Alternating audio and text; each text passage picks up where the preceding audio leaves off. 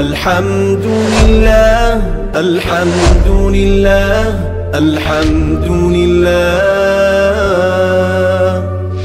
الحمد لله الحمد لله الحمد لله الحمد لله.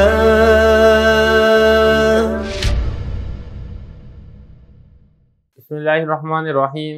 علم الصیغہ کا دوسرا باب ہے صیغوں کا بیان. 8واں سبق ہے جس میں ہم پڑھ رہے تھے کہ مضارع میں تاکید ثقیلہ اور خفیفہ آتا ہے.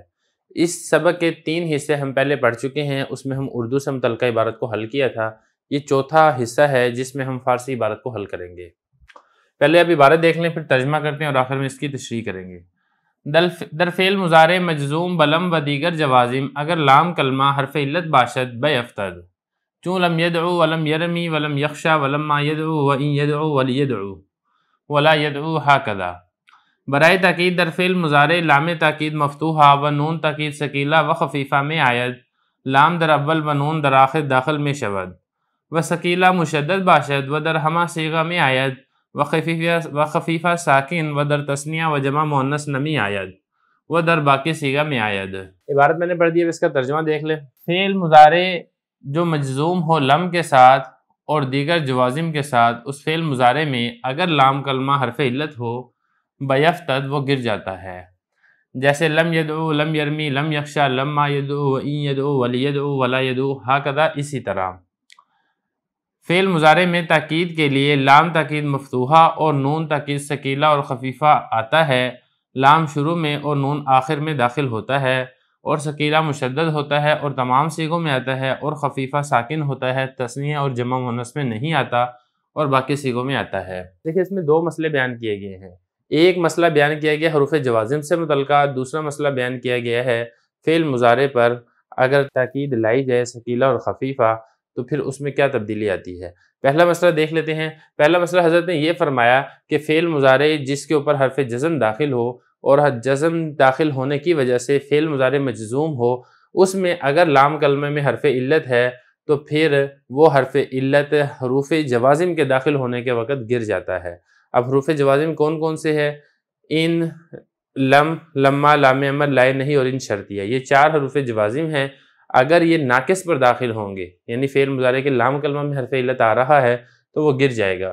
یہ حضرت نے فرمایا کہ فعل مضارع وہ جو مجزوم ہو لم کے ساتھ اور دیگر جوازم کے ساتھ، لم ہو، لما ہو، لام امر ہو، لائے نہیں ہو، ان شرطیہ کوئی بھی جوازم داخل ہو، اگر لام کلمہ حرف علت ہے بیفتد تو وہ گر جائے گا. آگے حضرت نے اس کی کچھ مثالیں دی ہیں. مثالیں دیکھ لیں. پہلی مثال ہے لم یدعو.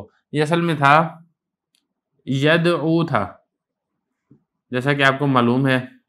جب اس کے شروع میں لم لگا تو آخر سے واو گر گیا. جب آخر سے واو گر گیا تو یہ بچ جائے گا لم یدعو. اور اسی طرح جو دوسری مثال ہے لم یرمی، یہ تھا اصل میں یرمی تھا. جب شروع میں لم لگا تو اس لم نے آخر سے یا کو گرا دیا تو یہ بچ گیا لم یرمی. اسی طرح جو تیسرا لفظ ہے لم یخشا، یہ اصل میں تھا یخشا، آخر میں اس کے الف تھا، کھڑی زبر تھا، لیکن جب اس کے شروع میں لم لگا تو آخر سے کھڑی زبر گر گئی. اور اسی طرح یہ صرف لم کے ساتھ خاص نہیں ہے، لمہ میں بھی ایسے ہی ہے. یدعو تھا، جب لمہ لگا تو آخر سے واو گر گئی. اور ان میں بھی ایسے ہی ہے. یدعو تھا، ان حرف جزم داخل ہوا تو آخر سے واو گر گئی. اور لیدعو یہ امر ہے، لام امر جب داخل ہوا شروع میں تو آخر سے واو گر گئی. لا یدعو یہ نہیں ہے، نہیں میں بھی ایسے ہی ہوا، آخر میں واو تھا، شروع میں لا نہیں کا لگا تو پھر واو گر گئی. ہاکذا. اسی طرح آپ ساری مثالیں لے سکتے ہیں. حضرت نے گنتی کے لیے نمونے کے طور پہ چند مثالوں کو ذکر کیا ہے. اس کے بعد یہاں تک تو ہو گیا پہلا مسئلہ کلیئر. اب یہاں سے اگلا دوسرا مسئلہ شروع ہو رہا ہے جو ہمارے سبق کا عنوان بھی ہے. اردو والی عبارت میں میں اس کو تفصیل سے سمجھا چکا ہوں. یہاں پہ حضرت نے یہ بتایا کہ فعل مضارع میں تاکید کے لیے نون تاکید ثقیلہ اور نون تاکید خفیفہ لے کر آتے ہیں.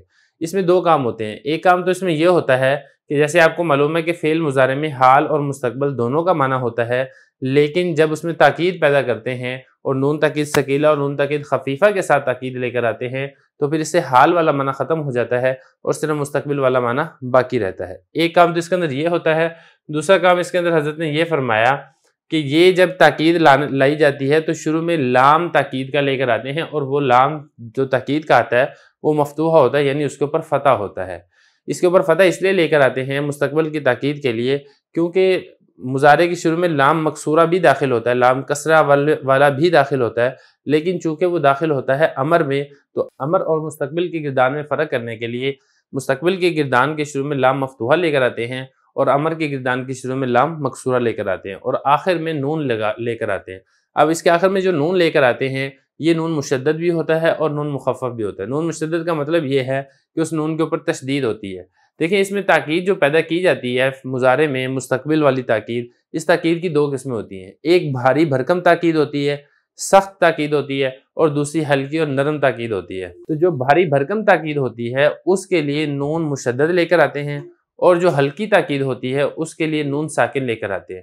بھاری تاکید کو نون تاکید ثقیلہ کہا جاتا ہے اور ہلکی تاکید کو نون تاکید خفیفہ کہا جاتا ہے، یا ہم یہ بھی کہہ سکتے ہیں کہ نون تاکید ثقیلہ میں ڈبل تاکید ہوتی ہے اور نون خفیفہ کے اندر سنگل تاکید ہوتی ہے۔ یہ حضرت نے فرمایا تاکید کے لیے فعل مضارع میں لام تاکید مفتوحہ لے کر آتے ہیں اور نون تاکید ثقیلہ اور خفیفہ لے کر آتے ہیں۔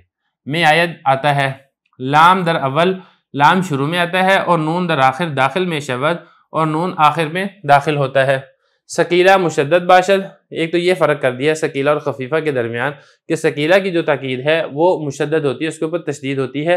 دوسرا فرق یہ ہے ودر ہما سیغہ میں آیت کہ جو نون تاکید ثقیلہ ہے یہ 14 کے 14 سیغوں کے اندر داخل ہوتا ہے، لیکن نون تاکید خفیفہ میں ایسا نہیں ہوتا۔ نون تاکید خفیفہ یہ 8 سیغوں میں آتا ہے، 6 سیغوں کے اندر نہیں آتا۔ یہ کہہ رہے ہیں وہ خفیفہ ساکن، پہلا فرق تو یہ کیا کہ جو نون تاکید خفیفہ ہے وہ نون ساکن ہوتا ہے، وہ نون مشدد نہیں ہوتا۔ ودر تثنیہ و جمع مؤنث نمی آیت، اور نون تاکید خفیفہ جو ہے یہ تثنیہ کے سیغوں میں اور جمع مؤنث کے سیغوں میں نہیں آتا۔ دیکھیں تثنیہ کے 4 سیغے ہیں، 2 سیغے غائب کے ہیں، 2 سیغے حاضر کے ہیں۔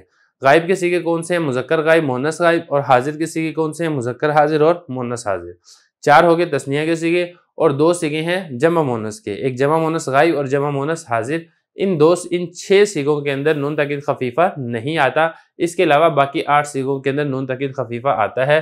یہ حضرت نے فرمایا ودر باقی سیغہ میں آیت، باقی سیغوں کے اندر نون تاکید خفیفہ آتا ہے۔